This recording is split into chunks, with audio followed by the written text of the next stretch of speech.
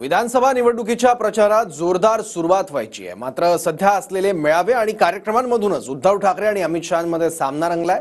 राजकारणात कोथळा बाहेर काढण्याचा इशाराच उद्धव ठाकरेंनी दिलाय। पाहूयात।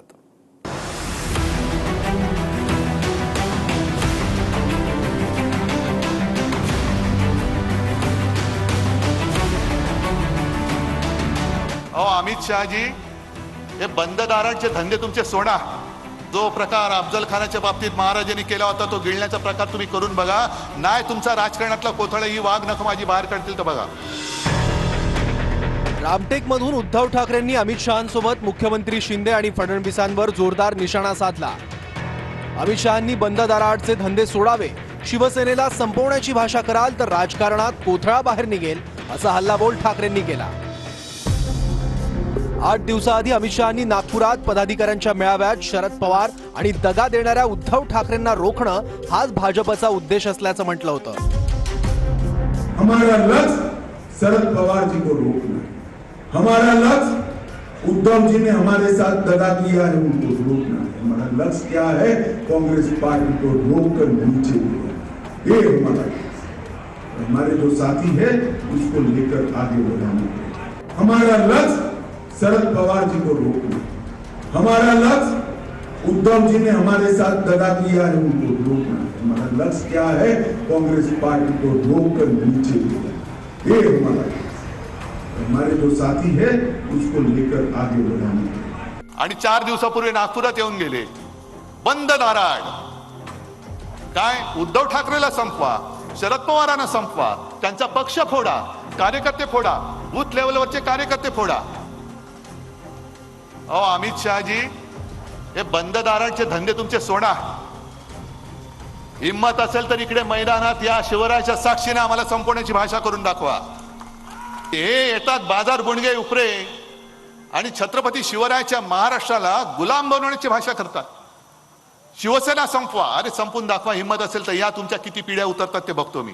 गिळायचा प्रयत्न केला तर जो प्रकार अफजल खानाच्या बाबतीत महाराजांनी केला होता तो गिळण्याचा प्रकार तुम्ही करून बघा। नाही तुमचा राजकारणातला कोथळा ही वाघ नख माझी बाहेर काढतील तर बघा।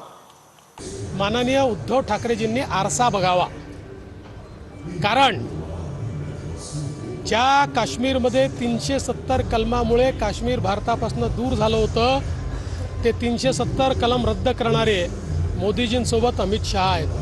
हिंदू म्हणून आमची जी काही ओळख होती ती पुसण्याचा जो प्रयत्न झाला होता, 500 वर्षानंतर तो प्रयत्न मोडून काढणारे या ठिकाणी आमचे नेते आहेत। मला असं वाटतं की एकदा आपला चेहरा हा आरशात पाहून घ्यावा। मुख्यमंत्री शिंदे आणि उपमुख्यमंत्री अजित पवारांवरही ठाकरेंनी जळजळीत टीका केली। संघानं लावलेल्या भाजपच्या रोपट्याला दाढीवाला डिंक्या रोग झाला असून गुलाबी अळीही पडल्याचं ठाकरे म्हणाले आहेत। अजित पवार सध्या गुलाबी जॅकेटमध्ये लाडकी बहीण योजनेचं कॅम्पेन करतायत। यावरून ठाकरेंनी अजित पवारांना गुलाबी अळी म्हटलंय।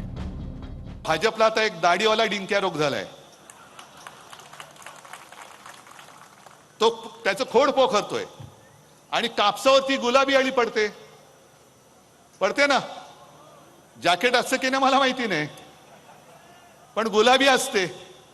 त्याच्यामुळे ह्या भाजपचं रोपटं जे संघाने पोसलं, जोपासलं, त्या भाजपच्या रोपट्याला आता वर्ण गुलाबी अळी आणि खोडकिडा, दाढीवाला खोडकिडा लागलाय। आता काँग्रेसने अजगरासारखा असा फणा काढलेला आहे, त्याचं तोंड असं काढलेलं मोठं, त्याच्यामध्ये तुमचं आता इंटर व्हायला सुरुवात झालेली।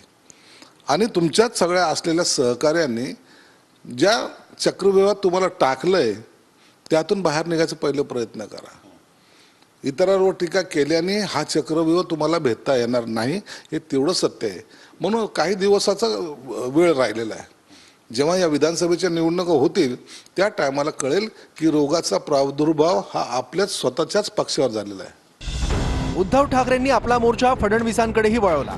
फडणवीसांचा फक्त पराभवच नाही तर डिपॉझिट जप्त करा अशा सूचना उद्धव ठाकरेंनी महाविकास आघाडीच्या कार्यकर्त्यांना दिल्या आहेत। त्यावर बावनकुळेंनीही उद्धव ठाकरेंनाच निवडणूक लढवण्याचं आव्हान दिलं। हे सरकार उलथवून टाकायचं म्हणजे टाकायचंच, कोणत्याही परिस्थितीमध्ये सरकार उलथवून टाकायचं। अगदी नागपुरामध्ये तुम्ही मगाशी कोण बोललात, त्याचं डिपॉझिट जप्त झालं पाहिजे। मला विजय हा निसट्ट विजय नकोय, दणदणीत विजय पाहिजे।